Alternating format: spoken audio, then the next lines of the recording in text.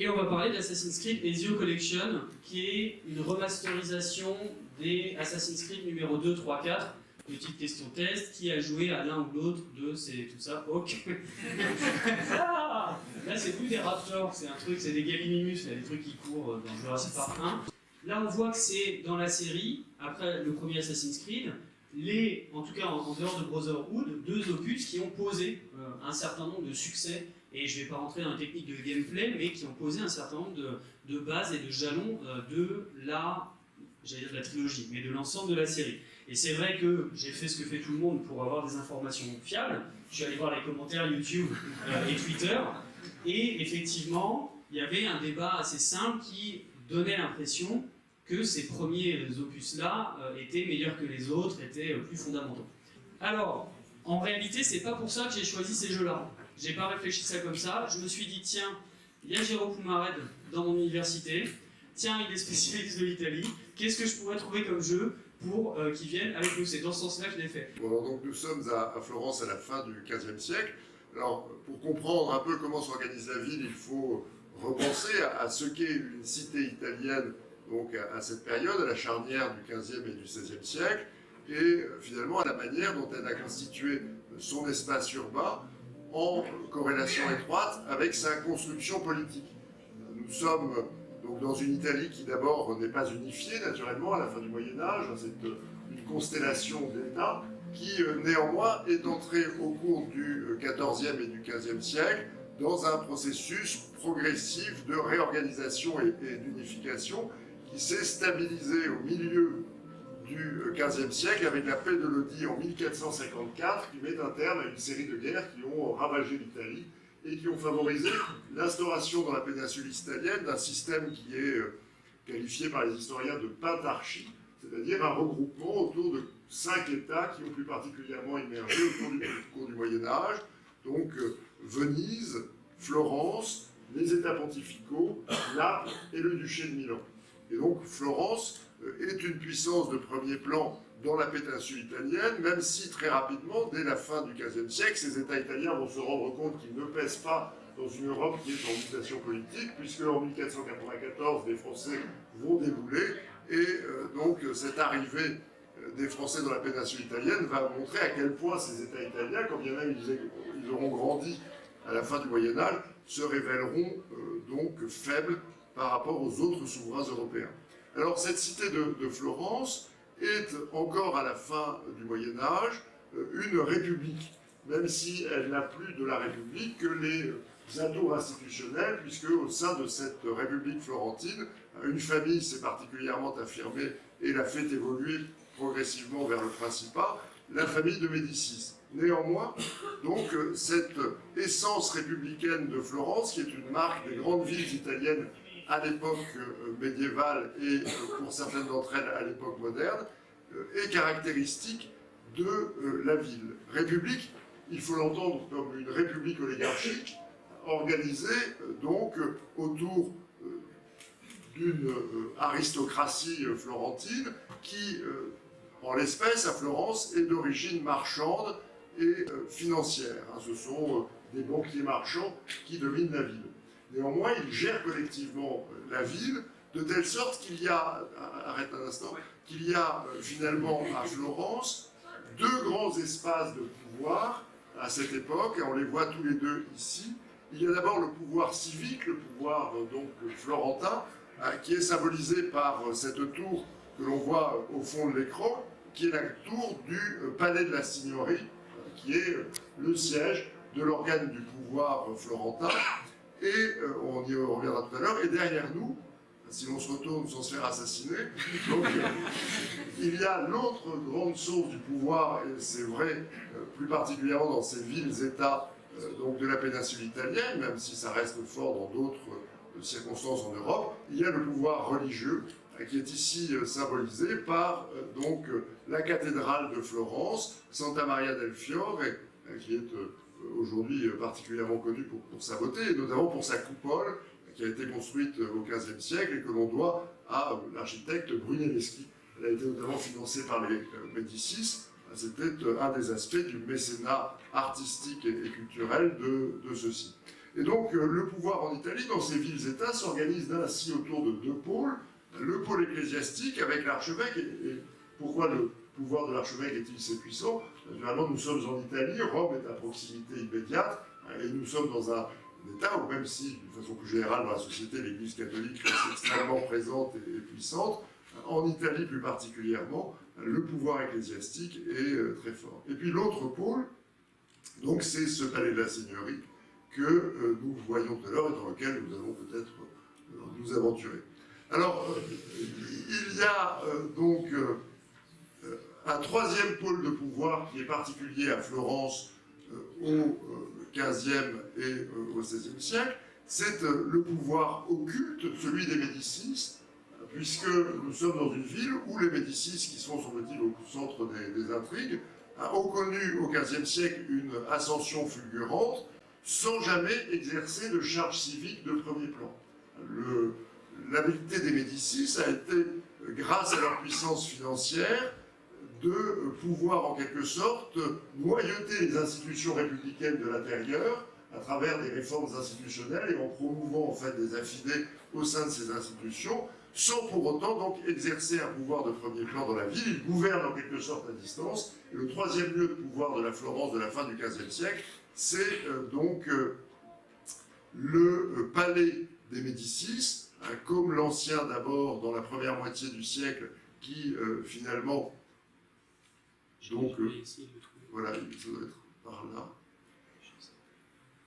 Donc, attends qu'on le trouve, comme l'ancien qui est le fondateur véritablement de la dynastie à partir des années 1430 et qui vivra jusqu'au début des années 1460, et puis donc son successeur, Laurent le Magnifique, qui est en fait son neveu, qui donc s'affirme au pouvoir à Florence à partir des années 1460 et qui y exerce un pouvoir occulte jusqu'à sa mort en 1492. Alors, donc, le palais des Médicis, c'est là véritablement que se prendront les décisions donc, effectives à Florence, même si, encore une fois, les Médicis sauront se tenir en retrait.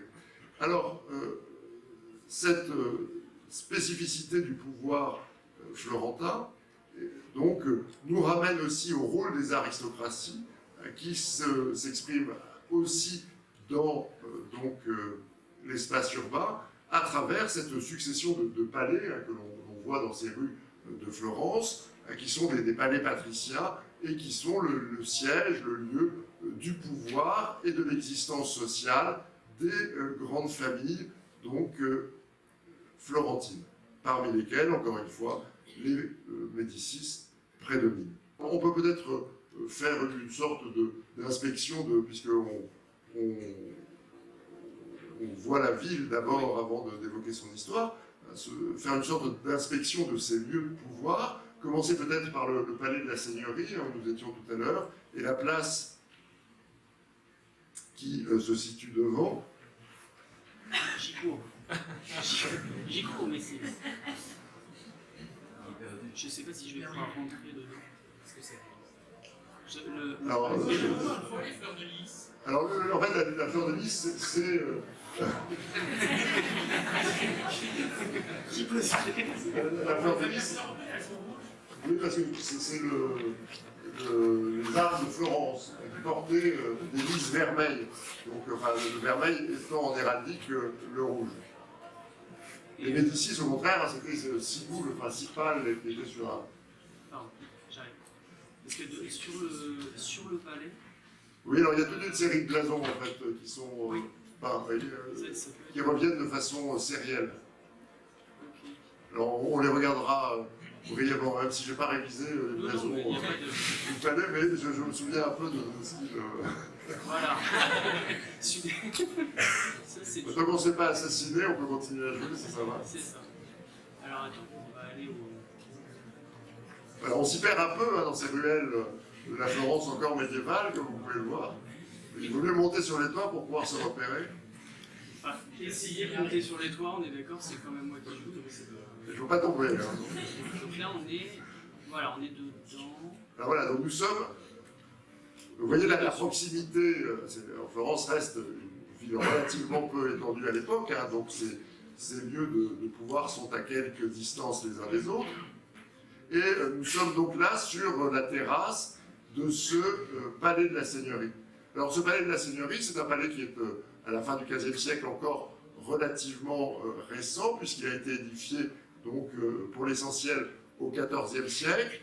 C'est un édifice qui a été construit pour deux raisons. D'abord, symboliser la puissance donc, de cette République florentine en devenant le siège de ses institutions.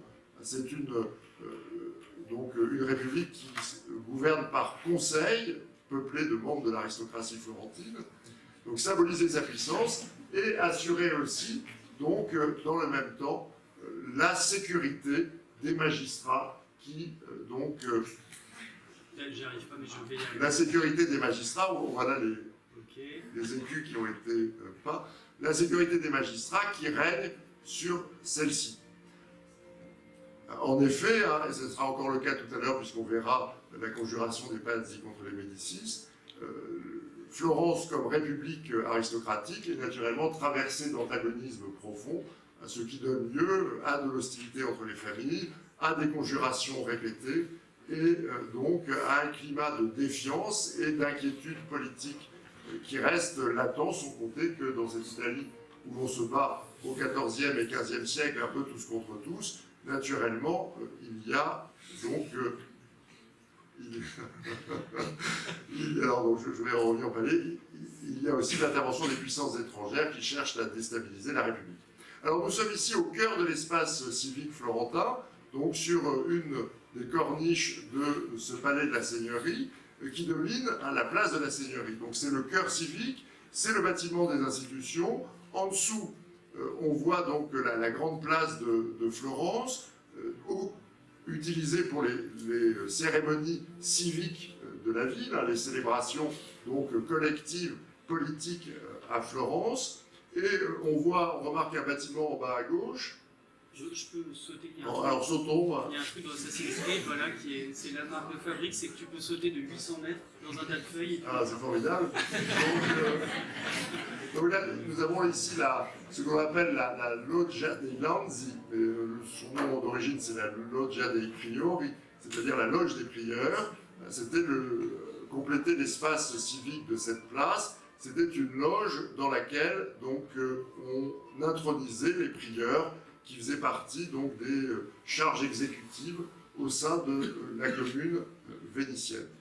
Et là, cette armoire, cette armoire... Alors voilà, donc là ce sont les armoiries de Florence, ces lys donc vermeilles sont les armoiries florentines, et en fait il y a d'autres blasons qui sont peints sur la corniche, si on peut se reculer un peu.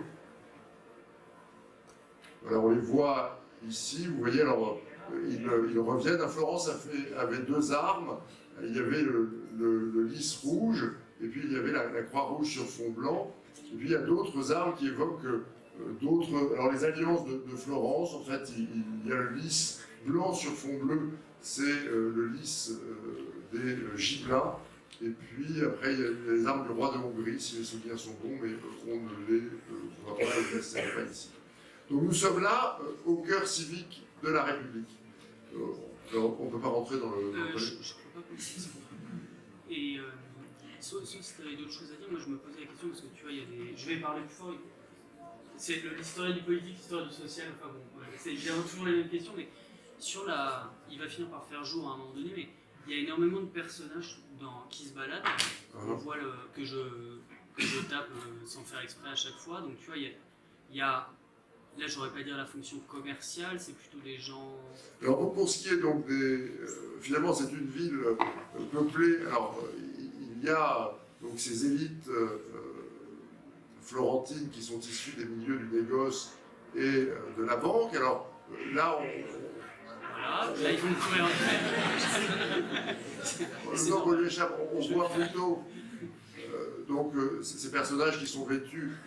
Alors, le costume du guerrier est lui un peu fantaisiste, hein, c'est une espèce de mélange entre ninja et armure.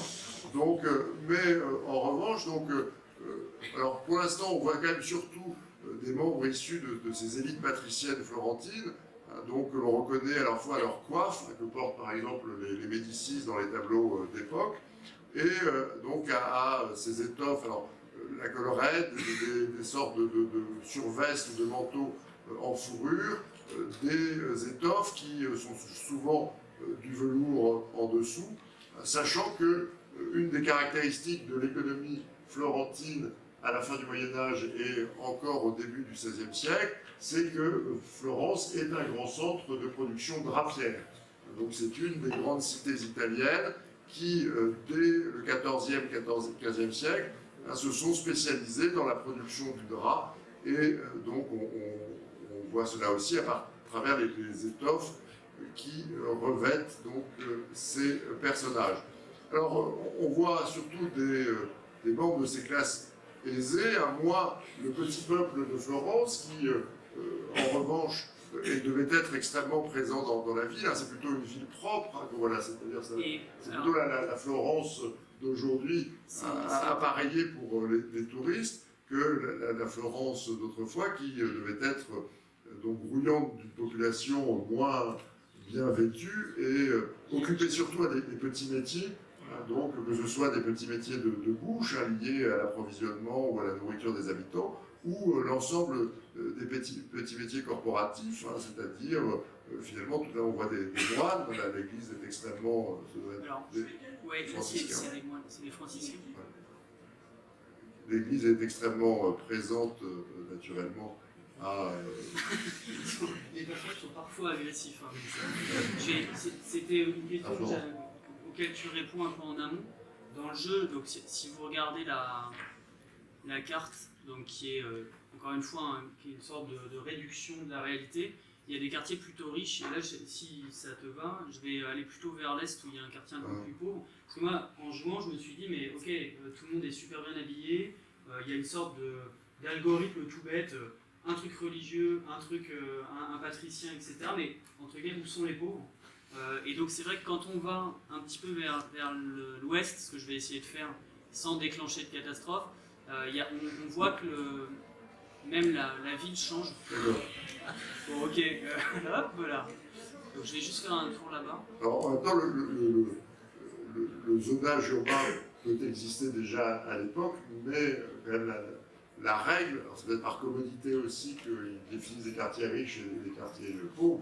La règle, c'est plutôt l'imbrication urbaine, c'est-à-dire qu'il y a bien souvent un mélange de classes sociales au même endroit, l'habit permettant de distinguer naturellement l'appartenance sociale, même si, comme dans toutes les villes, il y a des quartiers qui sont plus ou moins malfamés, qui ont plus ou moins bonne réputation. Et c'était souvent, disons, les quartiers périphériques dans lesquels se développaient les activités illicites ou industrielles. Donc, la prostitution, le jeu. Ah oui, il y a des prostituées dans le jeu, il y a une mission. D'accord. C'est pas moi qui dis ça, c'est un rigolo. Et du coup, c'est une intrication urbaine. Est-ce que moi, il y a une chose qui m'a, encore une fois, c'est bien que je sois là, le contemporanisme, parce que comme j'ignore tout, moi j'ai reconnu ta voix. Et moi j'ai trouvé que c'était très haut. Est-ce qu'on avait les capacités de construction de faire des immeubles de 2, 3 et dans les autres quartiers même 4, 5 étages? Oui, à l'époque. C'est-à-dire que l'espace urbain est généralement contraint en fait, à l'époque médiévale par la présence des murailles et donc la nécessité de défendre les villes. Et donc la contrainte qui pèse sur l'espace urbain a encouragé finalement dès la fin du Moyen-Âge à des constructions hautes. Donc ça n'est pas, disons, alors, haute, tout est relatif, mais enfin, ils sont capables de construire, quand on voit la tour du palais de la Seigneurie ou le dôme du Brunelleschi. Et donc, la ville se densifie dans les derniers siècles du Moyen-Âge. On le voit à Florence, mais on le verra aussi à Venise, où l'espace est encore plus contraint, et naturellement la densification plus grande encore. Mais il n'est pas rare au XVIe et au XVIIe siècle, par exemple, dans le ghetto de Venise, qui est le lieu où habite la population juive de Venise et qui est un espace contraint au sein d'un espace contraint, de voir construire des immeubles de 5, 6, 7 étages, naturellement de petits étages, mais enfin plusieurs étages dès le XVIe ou le début du XVIIe siècle. Donc le fait qu'on ne soit pas dans des maisonnettes, des échoppes bordelaises, mais avec de vraies maisons, n'a rien d'étonnant. Et cela est lié, encore une fois, à la densité de peuplement de ces villes et un espace qui n'est pas extensible à l'infini, parce que contraint encore à cette époque par la présence de murailles. Les cités, même s'il y a des faubourgs qui se développent hors les murs, naturellement, la muraille impose sa contrainte à l'espace urbain et donc favorise le processus de densification. Alors, je suis en train d'avancer vers un médecin. Je pose juste une petite question, hein. Dans le sens où en arrivant au musée de Berlin, au musée historique de Berlin, tiens, voilà, ça c'est fait. Oui, non, c'est bon, voilà. Je fais n'importe quoi comme d'habitude, et je fuis. En arrivant au musée historique de Berlin, voilà, on va être plus tranquille sur les toits. J'avais été assez choqué par un masque de la Grande Peste. Donc avec cette espèce de bec, et là si j'arrive à pas, non je fais n'importe quoi, mais si j'arrive à trouver ce médecin qui doit être là-bas, voilà. Alors où est-ce qu'il est placé? Oui, on en a vu un. Donc alors, voilà, sachant que on a ce personnage-là. Est-ce que c'est réaliste? Est-ce qu'il y avait le souvenir de la peste? Il y a plusieurs choses. D'abord, à cette époque, fin du XVe siècle, il n'y a pas vraiment encore à proprement parler de médecin. C'est-à-dire la médecine est une science en constitution.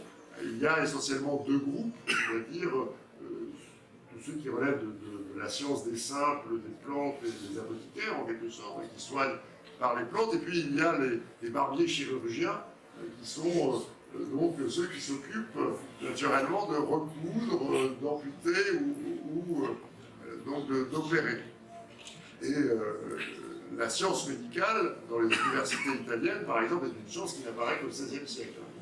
Alors, effectivement, sur le costume lui-même, là encore, ce costume me paraît un peu élaboré pour ce qui pouvaient être les mesures de protection à l'égard de la peste. En revanche, il est vrai que les contemporains, en tout cas on a de l'iconographie qui en témoigne, portaient des sortes de longs masques pour se préserver de la peste, parce que naturellement, la peste qui revenait de façon récurrente et forte dans ces villes italiennes, à ce par exemple qu'à Venise, lors de la peste de 1630 au XVIIe siècle, c'est près de la moitié de la population qui meurt. Donc, vous voyez, à côté de nos petites épidémies de grippe, naturellement, on a une conception différente de la mort, mais simplement, on n'avait naturellement pas compris l'origine de la peste, qui est la contamination se fait, vous savez, par la piqûre des puces ou des puces du rat, ou alors par contamination directe par la salive entre un malade et une personne saine. Et on pensait que c'était l'air qui était porteur du virus de la peste, et donc ces masques servaient à s'en protéger, naturellement, sans véritable efficacité. Mais effectivement, il y a l'iconographie qui montre, alors peut-être que celui-là est un peu proéminent, hein, mais on portait des masques pour, en quelque sorte, préserver l'air que l'on respirait de l'intrusion du mauvais air extérieur, porteur d'un virus de la peste, dont on n'avait pas bien identifié l'origine. Alors, deux dernières questions de ma part, et puis ensuite, bien évidemment, vous pourrez poser les vôtres. On a ici dans notre université un spécialiste d'histoire urbaine qui est Charles-François Mathis et qui organise des séminaires sur la place de la nature en ville en fonction des différentes époques qu'il étudie. Et c'est vrai qu'en jouant, là, j'avais l'impression d'être à Bordeaux, c'est-à-dire qu'il y a 3 orties qui poussent comme ça, là, ici, et que c'était une ville très minérale. Alors là, je me dirige vers les quartiers Est, où effectivement, ils ont modélisé une forme, voilà, d'agriculture au sein des remparts. Comment se passe, dans mes cours d'agrég sur l'Italie, moi je me souvenais qu'il y avait l'interland, enfin le autour, et que la ville était elle, très consacrée à d'autres activités. Est-ce qu'on avait comme ça des petites zones agricoles ou pas du tout? Alors, en fait, il n'y a pas de jardin en ville à l'époque médiévale, et même dans les premiers temps de l'époque moderne, enfin, de jardins d'agrément, sauf éventuellement dans les couvents où on peut donc avoir des jardins, et en général les jardins de couvent ou les jardins d'université aussi sont destinés à la culture des plantes rares qu'on appelle les simples à vocation médicinale. Alors les seuls espaces qui se trouvaient dégagés en fait dans ces villes, dont encore une fois l'urbanisme est contraint par la présence de murailles, ce sont les abords des murailles. Pour des raisons stratégiques, il était nécessaire, d'ailleurs aussi bien d'un côté que de l'autre, que ces espaces-là demeurent donc libres finalement de bâtiments.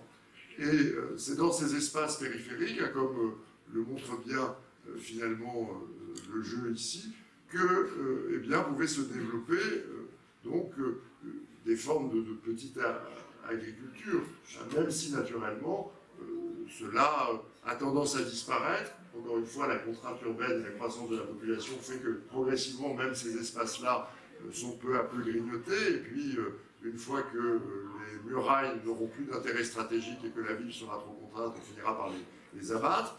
Et puis, l'essentiel de l'approvisionnement de la ville vient hors de celle-ci. Les villes ne sont pas autosuffisantes, ces petits jardins sont résiduels, mais correspondent donc à la nécessité de maintenir un espace dégagé, une sorte de no man's land, en deçà des murailles de la cité.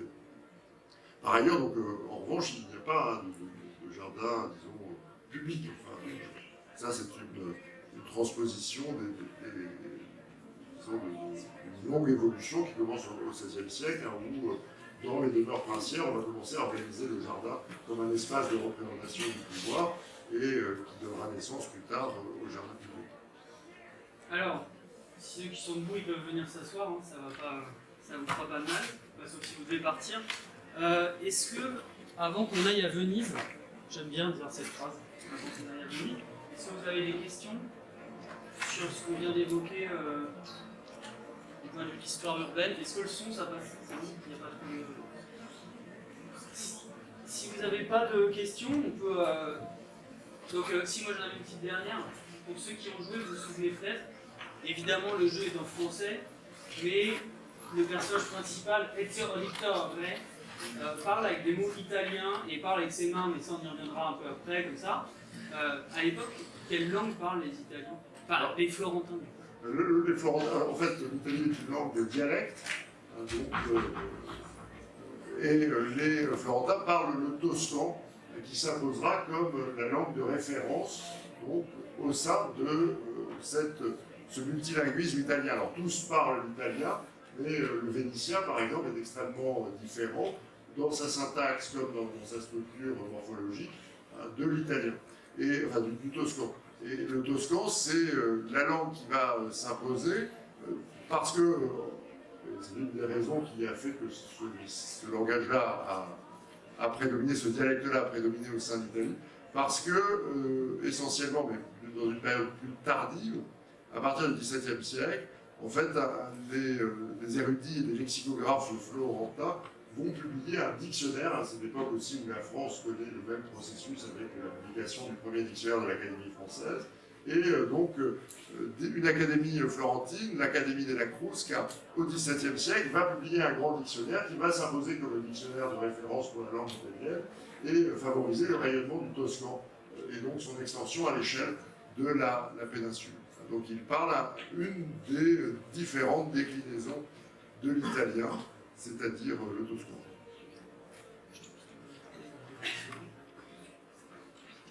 Donc, on va partir à Venise. 200 francs. Non, pour du Rialto. Alors, je prends juste le micro 2 petites secondes pour dire que, effectivement, pour ceux qui sont dans les études d'histoire, j'ai eu la joie de passer la grègue sur la question des villes italiennes entre 1150 et 1350. Et donc, à l'époque, j'avais lu le livre d'Elisabeth Crouzet-Pavant sur Venise comme puissance fondée sur la maîtrise de l'eau, qui s'appelle Venise triomphante, dans laquelle on vient d'arriver rapidement. Ceci est le pont du Rialto. Et c'est vrai que, là, en termes de commentaires, une des choses que j'apprécie plus dans Assassin's Creed, c'est ce côté visite virtuelle, quand vous connaissez ou non les villes. Pourquoi? Parce que Venise était une ville touristique dès l'époque. C'est vrai qu'aujourd'hui, c'est une ville qui compte 20 millions de touristes. 20 millions de touristes, ça ne vous parle pas, mais c'est la deuxième ville la plus visitée d'Europe après Paris, qui en compte 32 millions. Ça pose la question de savoir pourquoi les gens ont envie d'aller à Paris, mais bon, ça c'est une autre raison, on ne sait pas pourquoi. Et c'est vrai que c'est une ville relativement fascinante qui a un imaginaire extrêmement fort.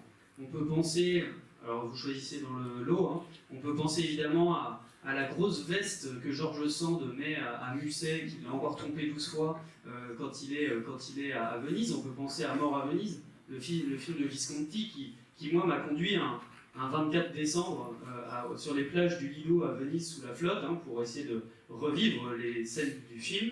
Pour ceux qui ont vu le film, c'est le moment où je viens de cramer tout ce qui me reste de crédibilité. Enfin, vous comprendrez.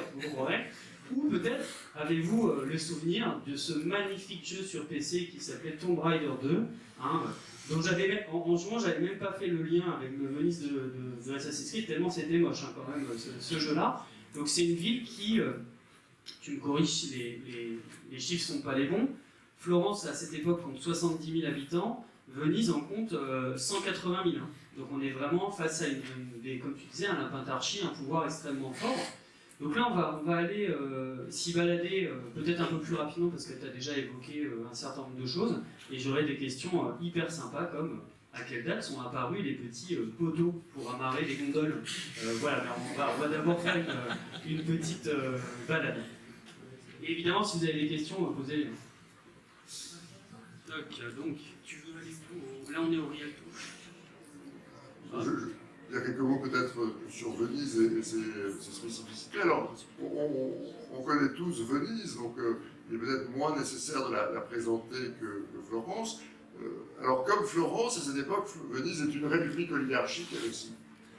Mais c'est une république oligarchique qui va durer, puisque, alors que Florence va se transformer en principat au XVIe siècle, Venise restera une république jusqu'à la fin donc, du XVIIIe siècle, jusqu'à ce qu'elle soit renversée par Bonaparte en 1798. Alors, Venise, c'est un site d'abord admirable, et les Vénitiens en avaient bien conscience. C'est une ville donc construite sur les eaux, elle se trouve au plein milieu de la lagune, et la présence des canaux à Venise souligne à quel point donc l'édification de la ville a représenté un défi. À l'origine, ce sont des bancs de sable qui se trouvent sur la lagune, que les Vénitiens vont coloniser, en tout cas les habitants de la terre ferme, c'est-à-dire du continent, en quelque sorte, vont coloniser à partir du 5e siècle, et sur laquelle ils vont donc progressivement édifier une ville qui est en partie gagnée sur la lagune. C'est-à-dire qu'on a consolidé ces îlots. En fait, le soubassement urbain de ces immeubles vénitiens est constitué de séries de poteaux de bois plantés dans le sable et qui constituent un socle plus solide sur lequel donc, ces palais ont pu être édifiés. Et donc c'est véritablement un touriste, un voyageur du XVIIe siècle avait comparé Venise à une république des castors. Il n'en avait pas forcément tort, puisque c'est bien le travail qui a été accompli par les Vénitiens, donc celui de gagner progressivement sur la lagune pour construire donc à la fois des quais, des palais sur ce réseau de pieux en bois enfoncés les uns à côté des autres, donc dans le sable. Alors Venise, sa géographie est partagée par un axe central qui n'est pas un axe donc comment dire, terrestre, comme dans les voies, comme dans les villes romaines, qui est un axe maritime que donc, Nicolas suit, c'est le Canale Grande, ou le Grand Canal en fait de Venise, et se répartit ensuite dans un ensemble d'îlots. La carte accentue ici, parce que nous sommes à la fin du Moyen-Âge, au début de la période moderne, donc, une partie de ces canaux n'a pas encore été recouvert et construit comme ils le sont aujourd'hui, accentue encore et révèle ainsi, si on peut revenir un instant à la carte, de façon plus précise, hein, ce tissu d'îlots, en fait, c'est une sorte de grand patchwork traversé de canaux, ce tissu d'îlots qui est en fait la ville de Venise. Une grande partie de ces canaux ont aujourd'hui disparu parce qu'ils sont recouverts en fait donc par des voies, mais naturellement un grand nombre d'entre eux subsistent. Alors Venise se trouve elle aussi donc décomposée en plusieurs espaces. Il y a l'espace, alors Venise c'est une ville marchande qui a bâti sa prospérité sur le commerce à l'origine. C'est une ville qui s'est tout de suite tournée vers la mer Adriatique, qui se trouve au débouché de la lagune vénitienne, et au-delà jusqu'à la Méditerranée orientale, les Vénitiens ayant construit leur fortune sur le grand commerce méditerranéen avec l'Orient. Et à la période médiévale, le commerce de Venise, c'est une sorte de vaste respiration entre d'un côté les ports de Méditerranée orientale, depuis Istanbul et l'Égypte, et de l'autre donc les grandes cités européennes, et les Vénitiens assument ainsi un rôle d'intermédiaire entre les produits orientaux et l'Europe. Et notamment, un produit phare de ce commerce vénitien, mais il n'est pas le seul à la fin du Moyen-Âge, ce sont les épices. Naturellement, Venise va s'approvisionner en épices dans les ports du Moyen-Orient et les redistribue ensuite à travers un système très élaboré de galères publiques qui font des croisières en direction de la Méditerranée orientale et puis en direction des ports européens en remontant jusque dans les Flandres ou en Angleterre. Donc elle redistribue ces produits. Ce qui fait de Venise une sorte d'entrepôt de l'Europe qui a bâti sa fortune sur le négoce. Tout en développant ainsi ses commerces, elle s'est construite en Adriatique et en Méditerranée orientale un empire maritime qui ressemble à une sorte d'archipel, d'îles, de ports, de territoires, empire maritime qui lui permet de structurer et de consolider donc ses réseaux commerciaux et de bénéficier tout au long de ceux-ci d'étapes en direction de l'Orient.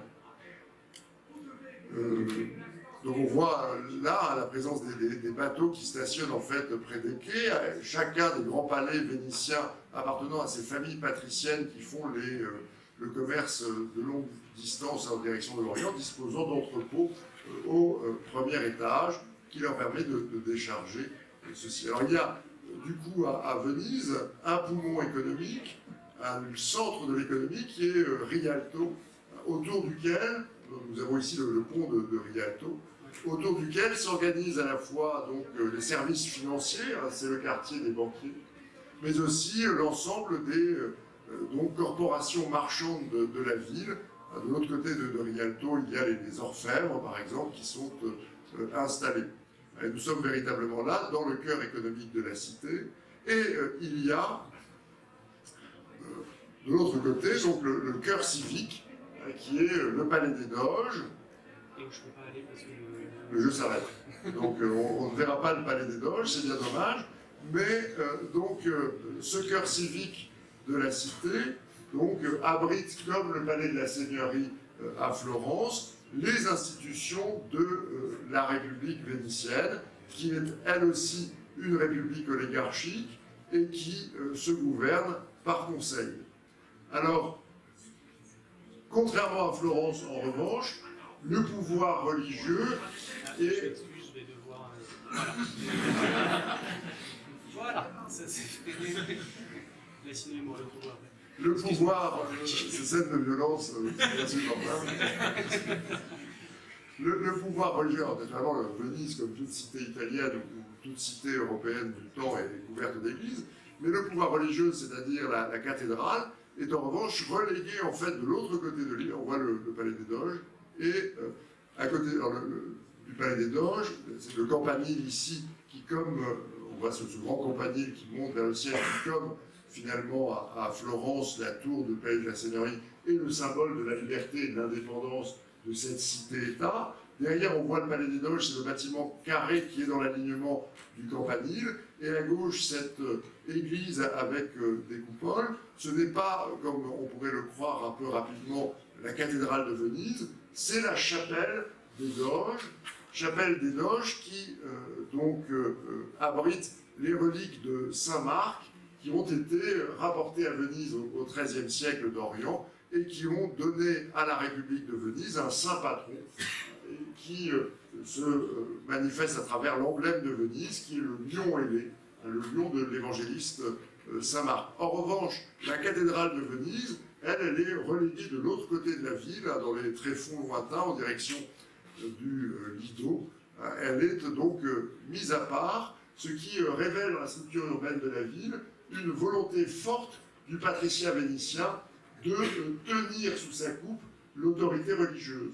Et cela conduira de façon répétée, dès le Moyen-Âge, mais plus encore à l'époque moderne, à des conflits très forts entre le pouvoir civil et le pouvoir religieux à Venise, ou plus généralement sur la scène italienne, entre le pouvoir pontifical et le pouvoir vénitien, avec un épisode fameux au début du XVIIe siècle, qui est celui de l'interdit de Venise, lorsque le pape décide donc d'interdire tout office divin et toute administration de sacrement à Venise pour des conflits de juridiction.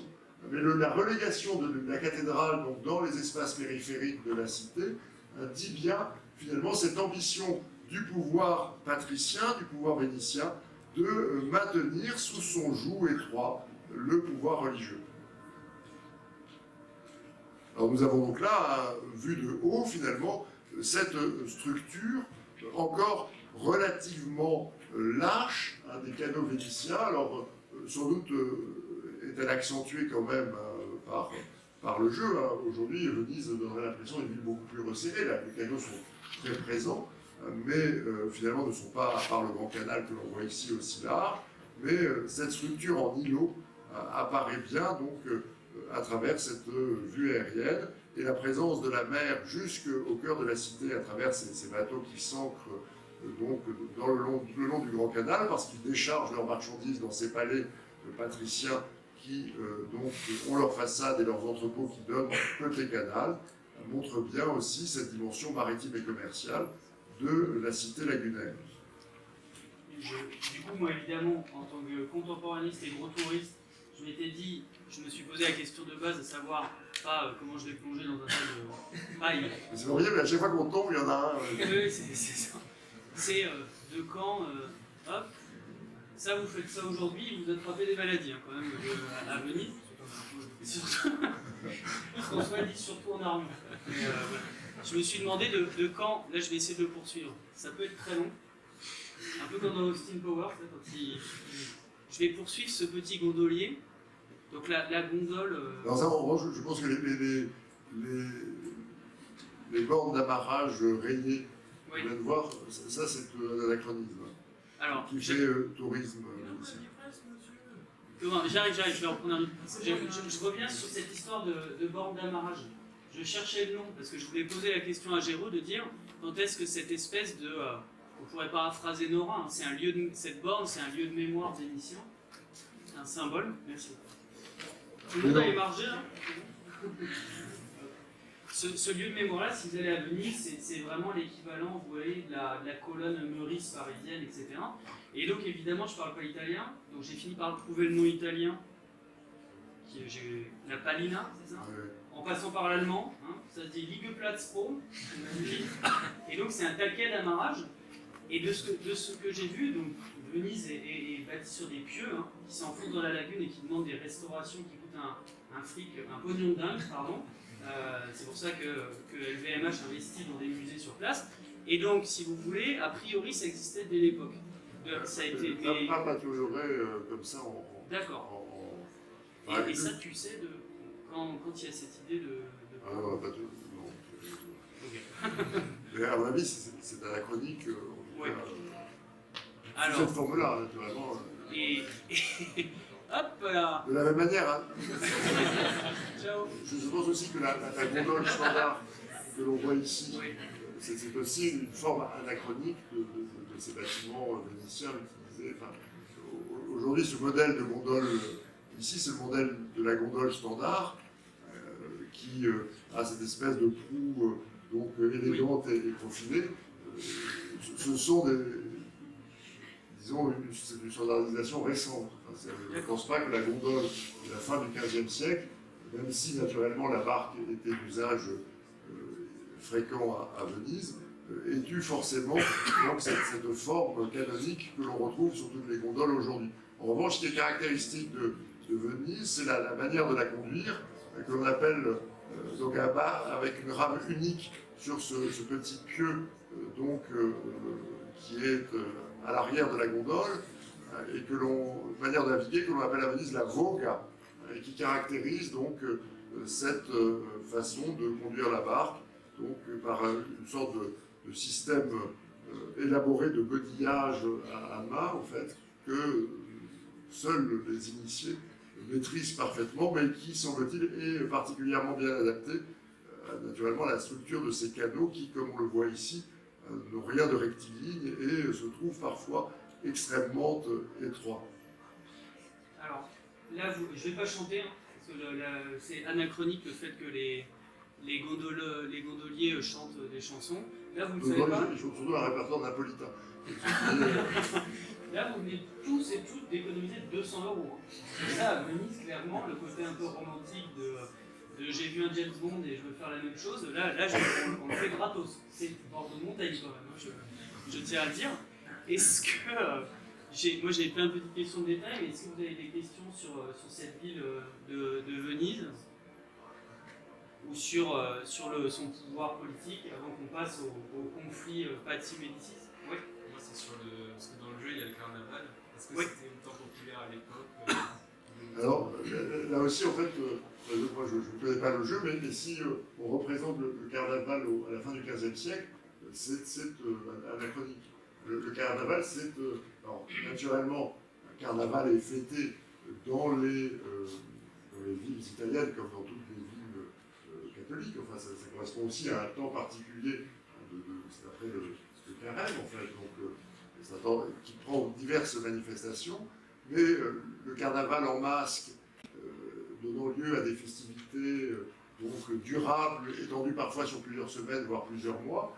En fait, c'est une invention, et il y a un beau livre de Gilles Bertrand qui retrace tout ça pour ceux qui aiment Venise et voudraient en savoir plus sur son carnaval. C'est une construction plus tardive de l'époque moderne, et ça se met véritablement en place à partir de la fin du XVIIe et surtout au XVIIIe siècle. Et en fait, le carnaval se combine à Venise à cette période-là avec les temps religieux. Et il est extrêmement contraint par le calendrier religieux, et souvent d'ailleurs décomposé en plusieurs périodes, c'est-à-dire que le carnaval au XVIIe, XVIIIe siècle commence après Noël, rien jusqu'à Noël, ensuite s'interrompt avec l'entrée en carême, et recommence après le carême jusqu'à l'Ascension, grosso modo. Et c'est un temps, en fait, où ce que nous retenons aujourd'hui du carnaval, c'est-à-dire les bals masqués, les fêtes, les défilés de touristes masqués, n'est pas la partie la plus forte du carnaval. C'est surtout à Venise le temps des spectacles, c'est-à-dire des concerts, de l'opéra, et qui fait véritablement la marque de ce temps festif. Et tout ça apparaît en fait au XVIIe et XVIIIe siècle, et donc n'est sans doute pas vraiment présent au XVe siècle. En revanche, ce carnaval de Venise va disparaître en fait à l'époque contemporaine, au XIXe et au XXe siècle, et c'est une réinvention touristique de la fin du XXe siècle. Donc aujourd'hui, quand vous achetez un masque et que vous allez dans le froid, parce que c'est la pire saison vénitienne, la saison du début de l'année, c'est là où il fait froid et où il pleut, arpenter pendant des heures sous la pluie au milieu de foules de touristes coiffés d'un masque les rues de Venise, sachez que vous êtes victime du tourisme de masse et que vous ne perpétuez pas du tout les traditions vénitiennes, puisque encore une fois le carnaval a été réinventé à partir des années 70, 1970. C'est pareil dimanche à Bordeaux. Madame.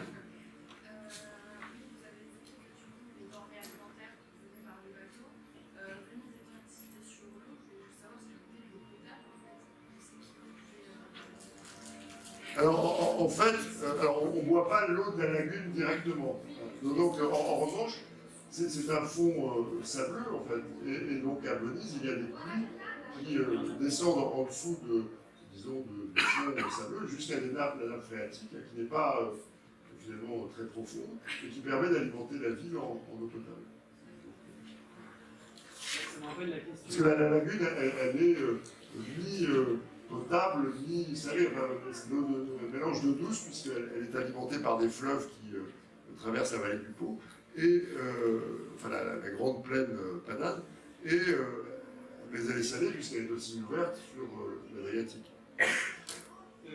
Ça me rappelle juste le moment dans Assassin's Creed Syndicate où les étudiants demandaient à Charles-François Matisse quel était le taux de rejet de CO2 dans les usines en 1868. Il y avait deux autres mains levées. Ouais, j'avais une question par rapport au système banquier, parce que sachant que l'Église est une marchande très importante, on voit notamment dans Assassin's Creed des sortes d'échoppes qui sont en fait des banques. Et je voulais savoir comment il avait été construit, est-ce qu'il était totalement tenu par les grandes familles de Venise Alors, c'est-à-dire que, en fait, ce qui fait.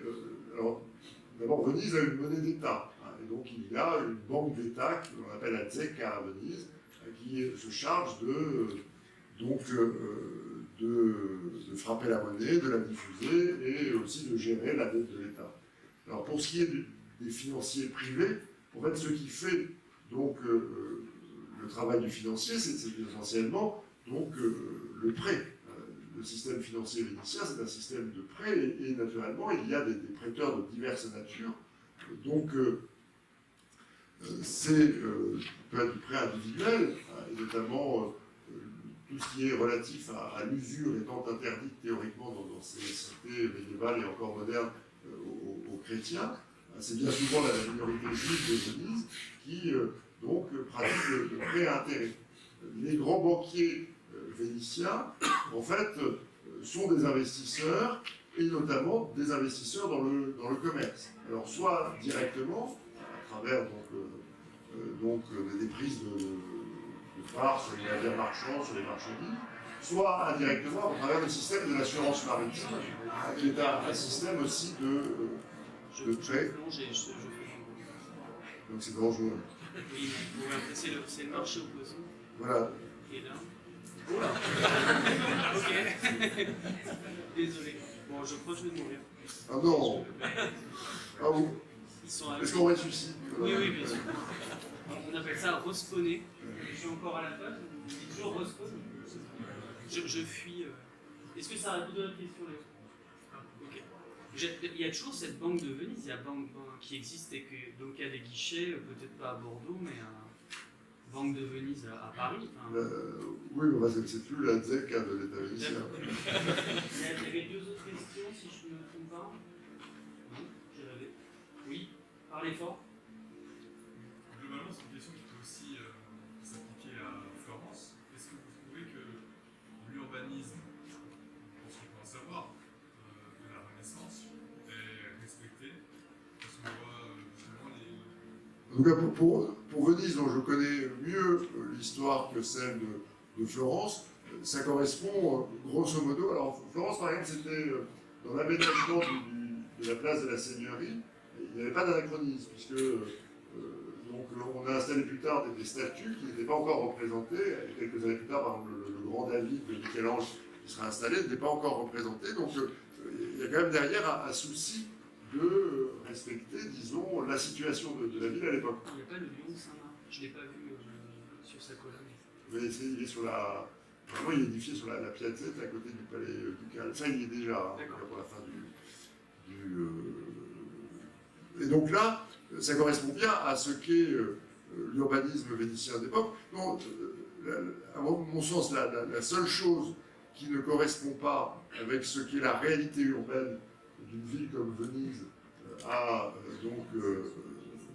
la fin du Moyen-Âge ou au début de la période moderne, c'est l'activité. Enfin, c'est-à-dire que ce sont des villes relativement désertes, hein, on le voit bien, où il ne se passe pas grand-chose. Hein. Nous sommes en plein jour sur le Grand Canal. Prenez n'importe quelle gravure vénitienne représentant le Grand Canal au XVIe et au XVIIe siècle, il est encombré de barques, de vaisseaux, de navires de haut bord, de myriades de petites barques qui passent leur temps à transvaser des marchandises des navires au quai, des quais aux navires.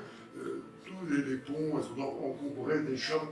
Vous voyez, si on remonte sur Rialto et les abords, en fait, c'était extrêmement dégagé, comme peut l'être une ville contemporaine qui se limite à ces maisons et aux murs de ces maisons. En fait, les villes de la fin du Moyen-Âge et encore des premiers siècles de la période moderne se caractérisent au contraire par un grand encombrement de baraques qui elles-mêmes s'appuient sur les murs des maisons. Pareil, je suppose, à Rome, c'est-à-dire que la netteté des alignements des palais, tout ça n'existe pas. Hein. On construit des choses provisoires ou plus ou moins provisoires, des sortes de, comment pourrait-on dire, d'abris de fortune sur lesquels on développe aussi ses propres activités marchandes. C'est-à-dire que la ville n'a pas du tout cet aspect lisse. Elle est respectée d'un point de vue de l'urbanisme, c'est-à-dire ces palais vénitiens sont déjà présents à la fin du XVe siècle, mais en revanche, d'un point de vue de l'encombrement des rues, ça c'est Venise aujourd'hui. Je fais juste une remarque, vous vous souvenez, il y avait moins de gens quand Laurent Turcot, le concepteur historique de Assassin's Creed Unity, est venu. Là, il y a une question de gameplay en fait. C'est-à-dire que les machines étaient à l'époque pas suffisamment puissantes pour faire tourner beaucoup de personnages. Et vous savez ce que ça a donné sur Unity qui se passe pendant la Révolution française. Ils ont mis des myriades de Parisiens avec tous une pique avec une tête au bout, hein, et ça glitchait de ouf, pour le dire, ce qui veut dire qu'il y avait des bugs, si tu veux, dans le jeu, parce que la machine n'était pas suffisamment puissante pour faire tourner une population. Mais c'est là où c'est intéressant, c'est la question qu'on se pose souvent dans ces séances-là, c'est-à-dire qu'il y a un impératif ludique et il y a un impératif historique. C'est-à-dire que moi je vois pas forcément l'intérêt d'une fidélité absolue à l'histoire dans un jeu. Alors, peut-être pour avancer un petit peu sur les problématiques, aller vers notre grand 2, à savoir la représentation des Médicis et de Léonard de Vinci, et quand même avoir le temps d'aller à Constantinople, hein, quand même. On va avancer un petit peu. Donc là, on va plutôt passer sur des séances de vidéos que j'ai enregistrées, de gameplay. Alors, je me suis posé une question totalement geek, à savoir quand est-ce que la page Wikipédia de Conjuration des Pazzi a été écrite en français. Donc vous pouvez le faire si vous avez un compte Wikipédia. Elle a été écrite en 2011, c'est-à-dire qu'avant que ce jeu sorte, personne ne s'était trop intéressé à cette question, enfin en tout cas avait fait l'effort de s'intéresser à ça. Et du coup évidemment j'ai stalké les personnes qui ont écrit cette page Wikipédia, mais sans que ça donne un résultat très, très intéressant sur quelle personne, peut-être est-ce que ça aurait été un gamer ou une gameuse, mais c'était pas le cas. Alors dans le jeu, il est structuré dans les personnages, dans l'intrigue principale, autour des Borgia, mais j'ai pas réussi à jouer suffisamment pour y arriver, et autour de ce conflit entre les Médicis et les Pazzi. Donc là, on va retourner à Florence, et du coup, on va regarder la vidéo relativement sanglante de l'assassinat commandité par les Pazzi. Alors on regarde, ça dure une petite minute, et puis ensuite, moi, la question que j'aurais aimé te poser, c'est pourquoi. Alors, tu as déjà un peu défrayé non, pas défrayé la chronique, mais déblayé le terrain sur la question des Médicis, mais c'est pourquoi c'est cette question-là qui vient au centre de ce jeu-là. C'est-à-dire pourquoi est-ce que quand on parle de l'Italie de l'époque, on va mettre en valeur cette conflictualité des grandes familles. Donc on regarde la vidéo rapidement, de 2 vidéos d'1 minute, et ensuite je te passe le micro.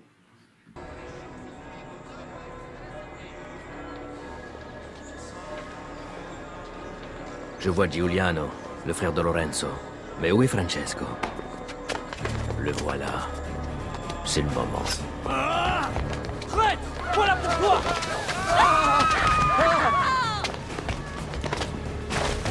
Giuliano! Non! Ah! Ah! Oh, de grâce! Au nom de Dieu! Pas de pitié pour toi! Ah! Tu n'es qu'un sale chien! Meurs! Meurs! Meurs!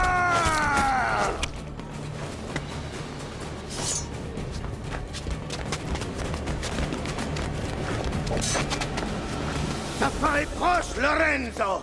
Et tous les membres de ta famille périront bientôt par l'épée! J'y veillerai!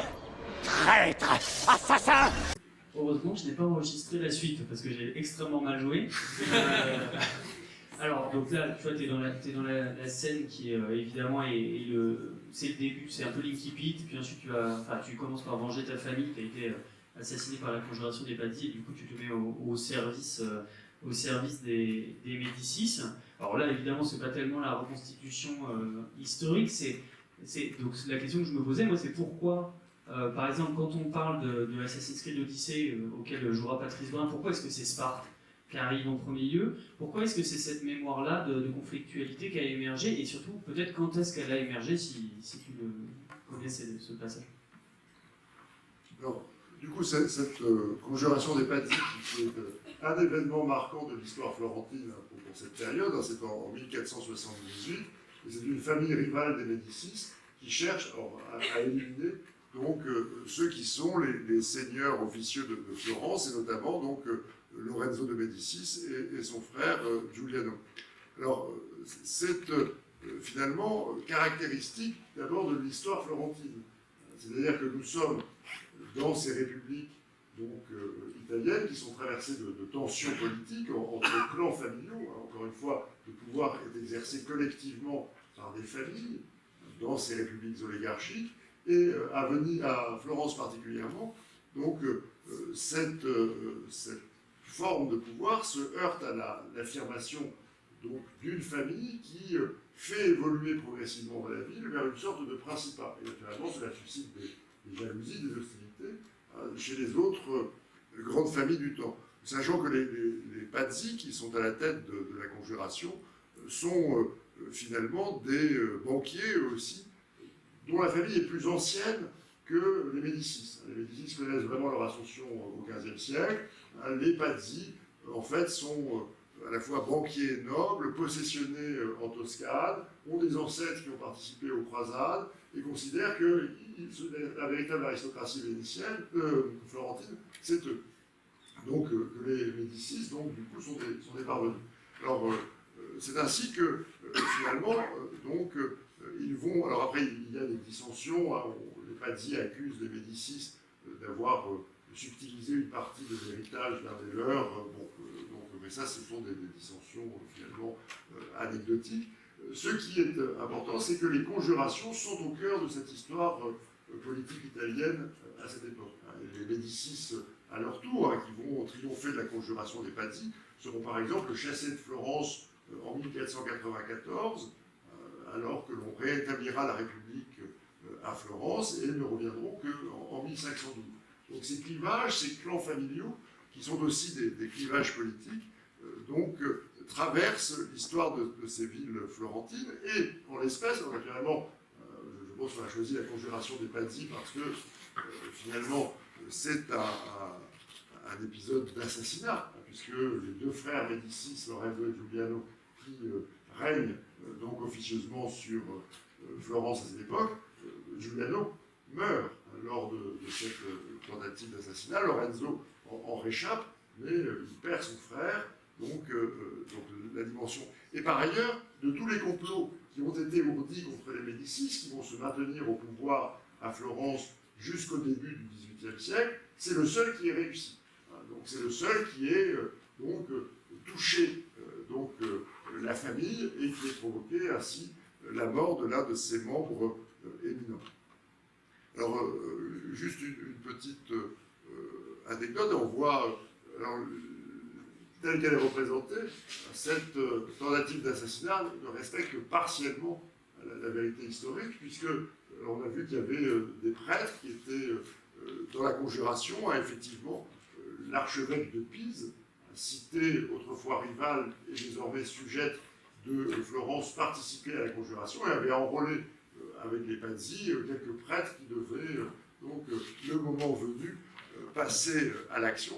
Mais contrairement à ce qui est représenté dans la scène, ce n'est pas à l'extérieur de la cathédrale que les coups fatals seront portés à Giuliano et à son frère, mais à l'intérieur de celle-ci, lors de la messe, au moment de l'offertoire, alors que les Médicis et leurs affidés qui les entourent sont agenouillés, que l'on viendra les frapper.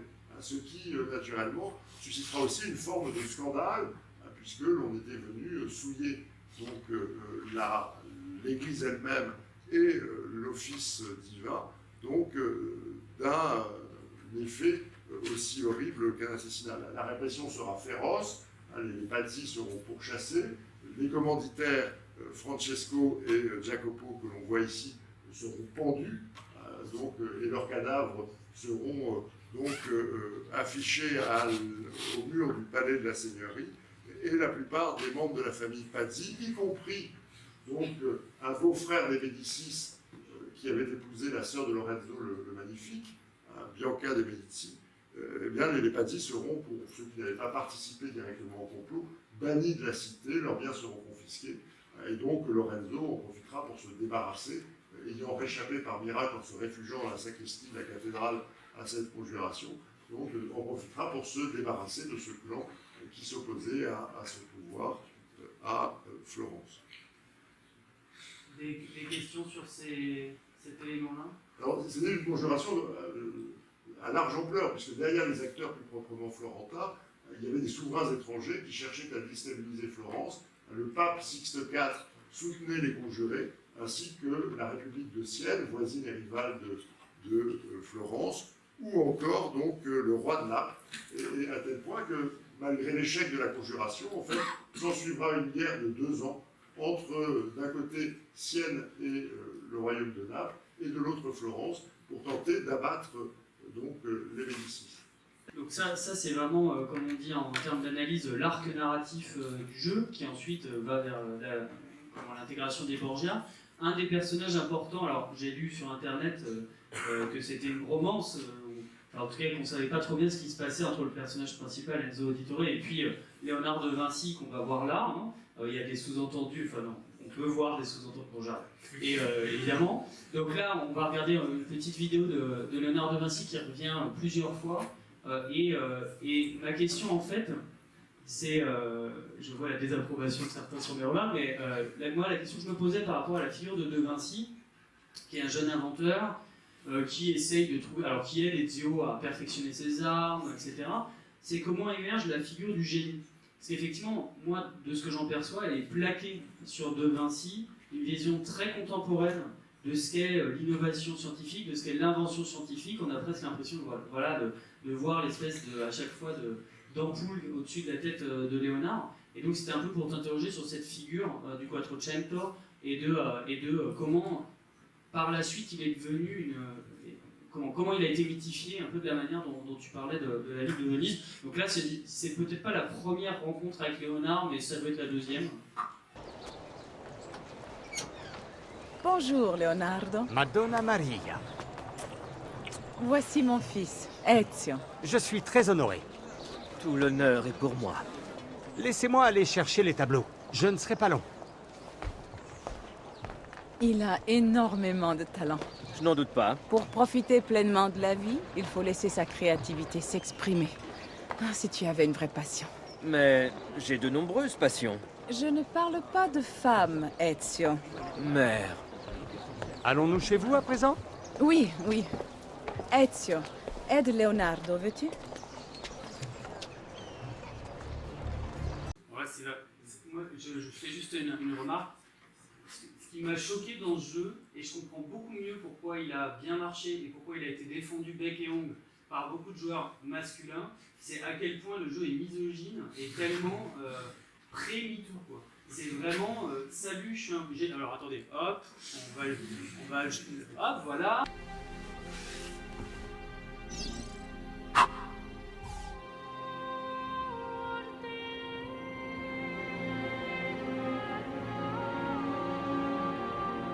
Cristina! Bon, bref, et c'est vrai que je me suis dit qu'on sait très bien dans le milieu pas seulement à la Ligue du LoL, mais dans le milieu des gamers, il y avait ce sentiment dans les années 90, voire même avant, de on est des garçons, nous on joue, c'est pas un truc de filles. Et c'est vrai que là, dans les trois séquences, le personnage charismatique, c'est le dragueur italien qui parle avec ses mains et qui séduit toutes les nanas, y compris jusqu'à Istanbul. Donc j'ai trouvé ça assez rigolo. C'était un hors-sujet. Ma question, là, on l'a vu, Léonard de Vinci, très... comment dire Lucas dit c'est des Américains qui font un cliché italien.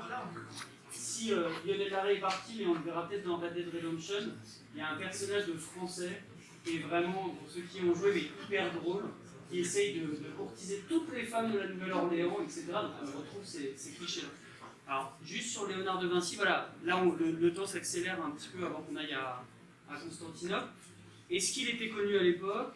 Quand est-ce qu'on commence à le construire comme un mythe du génie inventeur et de l'artiste? Donc, sur la personnalité et la figure de Léonard de Vinci, il est déjà connu. D'ailleurs, il est mêlé à la conjuration des Hypades, puisqu'il fera en fait un tableau représentant l'un des Pades donc pendu. Donc, il y a un lien entre Léonard et aussi ses affaires politiques. Alors, il faut bien voir hein, sur l'importance que peut avoir Léonard de Vinci dès cette époque à Florence.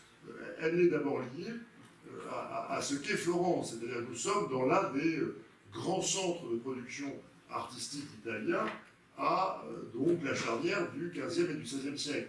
Il y a trois grands centres qui s'affirment, liés essentiellement à la commande, hein, que c'est Florence, Rome et Venise. Et donc Florence est l'un des centres majeurs de production artistique, et où, de plus en plus, à partir de la fin du XVe siècle, surtout en Italie, l'artiste acquiert déjà une réputation et une reconnaissance. C'est-à-dire, ce n'est plus ce qu'il peint qui est important, mais c'est qui le fait, en quelque sorte. Et Léonard n'est pas le seul dans ce cas, hein, puisque donc, Florence, à l'époque, avait aussi Michel-Ange, et Michel-Ange a déjà une réputation, hein, au point qu'il peut, comme Léonard de Vinci d'ailleurs, refuser des commandes quand il ne souhaite pas les exécuter. Ce ne sont plus des artisans, mais déjà des personnages qui ont des ateliers, groupent autour d'eux souvent des élèves qui travaillent pour eux, et qui ont désormais une surface sociale, donc, qui les conduit à une certaine réputation et reconnaissance. Et ce processus de glorification de l'artiste, qui finalement va faire de lui un génie, une forme de héros en quelque sorte dans le domaine des arts, ce processus il s'enclenche très tôt, grâce à la réputation de ces artistes qui dépassent finalement le cercle étroit des commanditaires donc florentins, puisque vous le savez, Léonard de Vinci va avoir une carrière internationale, hein, donc la poursuivre en France, tout comme Michel-Ange, qui de Florence partira pour les chantiers de la papauté à Rome. Et celui qui va, en quelque sorte, parachever l'héroïsation de l'artiste, c'est un artiste lui-même, architecte et peintre, Vasari, qui, au milieu du XVIe siècle, va publier, à la manière des Antiques, un recueil des vies des artistes les plus illustres de l'Italie, de la Renaissance. Et parmi les portraits qui seront mis en valeur dans cet ouvrage de Vasari, il y a ceux des grands artistes dont on retient encore le nom aujourd'hui, Michel-Ange, Léonard de Vinci, Raphaël, qui seront donc désormais, dès le XVIe siècle, c'est-à-dire quelques années à peine, quelques décennies à peine après leur existence, qui seront glorifiés comme des génies artistiques. Et donc c'est un processus qui justifie tout à fait, en quelque sorte, la place éminente qui est donnée à Léonard de Vinci. Alors, de la même manière, vous me posez une question à laquelle je n'ai pas répondu, je serai très bref, sur la mémoire de la conjuration des Hypades, d'emblée, cette mémoire, elle est inscrite à l'horizon de l'historiographie florentine. La répression de la conjuration, d'abord, s'inscrit dans aussi un processus de damnatio memoriae, puisque on va éradiquer sur ordre des Médicis tous les blasons qui pouvaient être affichés dans les villes et les églises, dans les rues et les églises de Florence, les blasons des Hypades, et on va faire rayer leur nom de tous les actes officiels de Florence où ils pouvaient apparaître. Mais tout de suite aussi, ces princes italiens qui sont soucieux de leur réputation et de leur renom et qui payent les historiographes vont naturellement favoriser aussi la constitution d'une historiographie dynastique qui mettra en valeur ces faits comme celui de la conjuration des Pazzi. Donc il y a une mémoire collective qui se construit très vite autour de ces événements. On est passé à Assassin's Creed Révélation. Alors là, c'est comme d'habitude, c'est essayer de faire du storytelling. À vrai dire, moi, je pensais que sorti de l'Empire romain, après l'Italie, il y avait Mussolini, quoi. Donc, et un trou au milieu de quelques siècles. Et j'ai bien le regard consterné des étudiants contemporains. Et tout d'un coup, j'ai conscientisé que l'Italie avait survécu à l'Empire romain et qu'une certaine culture s'était diffusée. Cette cette chose-là, vous pouvez le constater aussi quand vous allez en Albanie. Enfin, évidemment, si vous avez envie d'aller en Albanie, où là, effectivement, il y a eu une présence italienne assez forte, mais à une autre époque. Et là, ce qu'on va regarder, c'est aller vers cette ville qui aujourd'hui s'appelle Istanbul. Bon, Istanbul, aujourd'hui, c'est une toute petite ville, un peu plus grosse que Libourne, puisqu'elle compte 20 millions d'habitants, et qu'elle est une capitale mondialisée à part entière, tout en étant, ce qu'on voit, mais je n'ai pas réussi à l'enregistrer, dans l'arrivée d'Ezio à Istanbul, enfin à Constantinople, où son interlocuteur, Youssouf, lui dit, tu vois, ici commence l'Orient, ici est la fin de l'Occident. Et c'est une ville qui est très intéressante, et on va voir qu'elle a été assez bien reconstituée, puisque vous savez que je donne des éléments de géographie rapide. Au nord, vous avez aujourd'hui Taksim, qui à l'époque s'appelait Galata. Au sud, vous avez ce qu'on appelle Sultanahmet, et puis vous avez la rive orientale qui s'appelle Katikoy, mais qui n'est pas jouable dans le jeu, et qui est vraiment le début de l'Asie mineure, si on veut dire. Alors, dans le Constantinople qu'on va voir là, on va voir qu'il y a toute cette épaisseur-là, et on va pouvoir se balader. Alors là, vraiment, au gré, on peut aller à l'hippodrome de Constantin, on peut faire des... J'ai pas trouvé la citerne basilique, ce qui est mon lieu préféré, c'est une espèce de citerne qui est tout près de Sainte-Sophie. On va se balader et on va aller voir quoi? En partie, les traces de l'Italie de l'époque, mais de l'Italie politique, mais aussi de l'Italie économique, où on va voir un certain nombre de monuments qui sont vraiment les traces vivantes de l'époque, du commerce chinois et de tout un tas de choses. Donc tu n'hésites pas à me dire si tu veux qu'on aille dans un endroit spécifique. On va regarder un peu la ville. Là, je suis à Galata pour l'instant. Alors, est-ce que tu peux nous dire un mot de cette tour? En fait, donc, vous le savez, Istanbul est tombé aux mains des Ottomans. Alors, on est au début du XVIe siècle. En 1500. Voilà. Istanbul, sous la fin du règne du sultan Bayezid II, Istanbul est tombée aux mains des Ottomans. Elle a été prise par Mehmed II en 1453. C'est un des grands marqueurs historiques. Ça fait partie des dates que tout le monde apprend. Donc, et elle était la capitale de l'Empire byzantin, ou du moins de ce qu'il en restait au milieu du XVe siècle, c'est-à-dire pas grand-chose. Et donc, néanmoins, un symbole, naturellement, pour les Ottomans qui en ont fait leur capitale. Alors, elle s'appelait Constantinople du temps des Grecs. Elle s'appelle Istanbul, en tout cas, c'est un terme qui sera longtemps concurrent dans les sources anciennes avec celui de Constantinople. Istanbul, qui est sa dénomination turque, mais qui dérive du grec, puisque c'est une turcisation d'une expression grecque, Eistenpolin, dans la ville, qui donc est ici utilisée pour désigner la ville. Alors, Istanbul se situe sur la rive européenne du Bosphore. Nous sommes en Europe, et elle se décompose essentiellement à l'époque en deux parties. La partie où nous sommes, qui est ce que l'on appelle le quartier de Galata, qui était traditionnellement dans la capitale byzantine. Voilà, on a les deux parties, donc qui sont traversées par ce que l'on appelle la Corne d'Or. Donc il y a la partie de Galata, qui est la ville européenne, en quelque sorte, à Istanbul, qui était traditionnellement la partie où les nations marchandes italiennes étaient installées durant l'Empire byzantin. Et cette prééminence donc, européenne continue d'exister dans ces premières années, ces premières décennies de règne ottoman. Alors, même si naturellement la population s'est plus mélangée, mais c'était un quartier à donc, forte densité de négociants italiens principalement, installés sur place, une sorte de quartier réservé. Et donc la tour que nous avons vue tout à l'heure, c'est une tour de construction génoise qui symbolisait justement la présence de ces Occidentaux dans ce quartier de la capitale byzantine, et qui a été conservé après donc,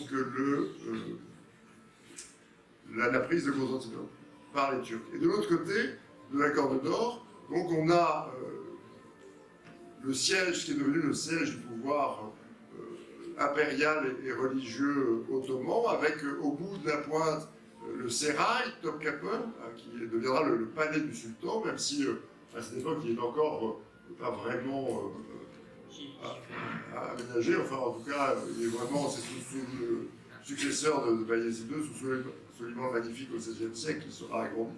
Et puis on voit surtout Sainte-Sophie qui a été transformé en mosquée.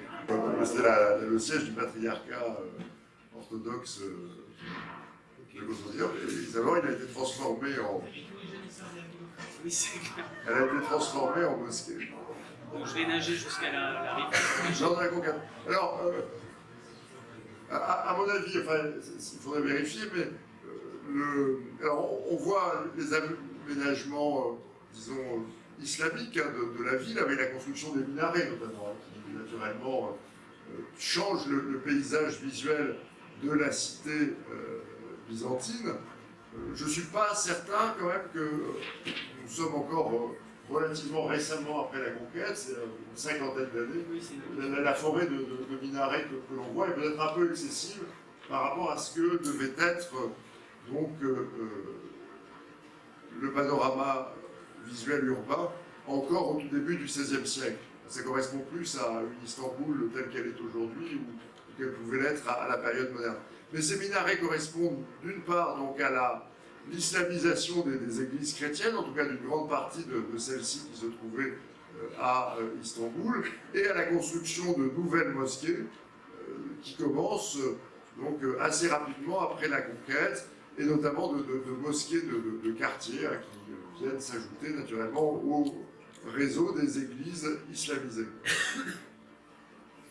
Alors nous avons traversé la Corne d'Or, nous nous retrouvons de l'autre côté, où se trouvaient véritablement les éléments essentiels de la vie collective. Alors les grands aménagements du palais impérial qui devient palais du sultan, donc à Topkapı, sont plus tardifs, ils datent donc du XVIe siècle et sont encore rudimentaires à l'époque de Bayezid II, qui partageait encore de toute façon sa résidence entre Istanbul et l'autre capitale de son empire qui était jusqu'alors Andrinople.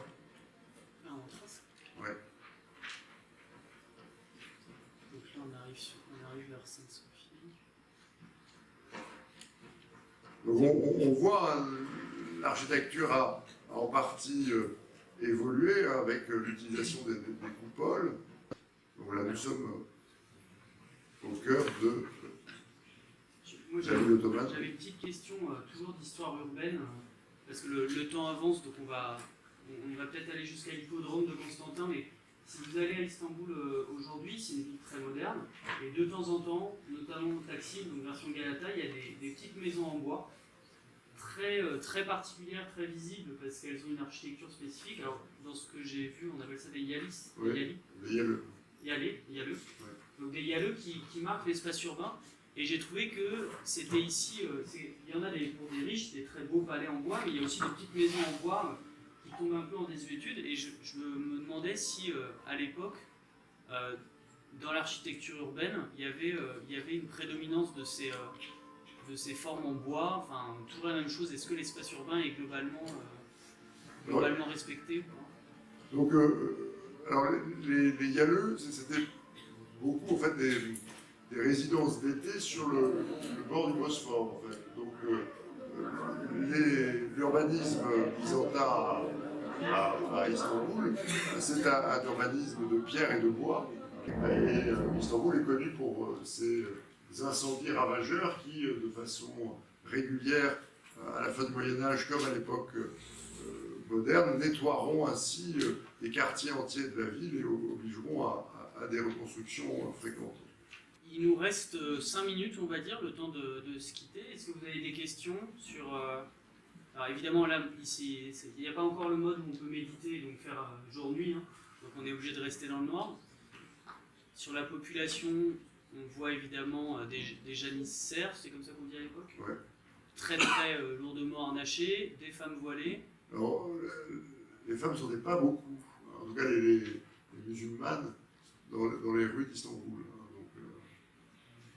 D'accord. Et là, on arrive effectivement, si je dis pas de bêtises et que j'ai encore 2 sous-géographies stambouliotes, on arrive à l'hippodrome. Ouais. Alors comme dans ces grandes, comme à Rome, hein, l'antique reste dans cette ville extrêmement présent au cœur du tissu urbain. Donc de même qu'une partie des murailles de Constantinople byzantine sont des murailles antiques, hein, qui ont été réutilisées et réintégrées. dans les défenses plus médiévales. Mais là aussi, hein, on a avec cet hippodrome, des vestiges au cœur de la cité. Et ça existe encore aujourd'hui? Oui, bien sûr. Quelques questions sur votre prochain. Alors moi, ce que je vous conseille, c'est de nager jusqu'à Cadicoy et d'aller boire du Salep. C'est une petite boisson, comment dire, c'est du lait chaud avec de la cardamone à 2 €. Voilà, ça c'est bien. Et sinon, je le disais tout à l'heure en introduction, aujourd'hui, tout en haut de la tour de Galata, il y a une super boîte de nuit. Puisque les Stambouliotes, c'est le contemporanisme qui reprend le dessus. Les Stambouliotes aiment beaucoup aller en boîte. Et c'est des boîtes cool, hein, où il y a pas c'est pas à la plage. Et où souvent ils dansent sur les toits. C'est-à-dire que c'est souvent les 5e, 6e étages de la rue de Taksim, qui est la grande rue de l'artère de Galata, où les gens dansent sur les toits. Et donc pendant longtemps, la tour génoise de Galata était une boîte de nuit. Merci. Un tonnerre d'applaudissements pour Géraud.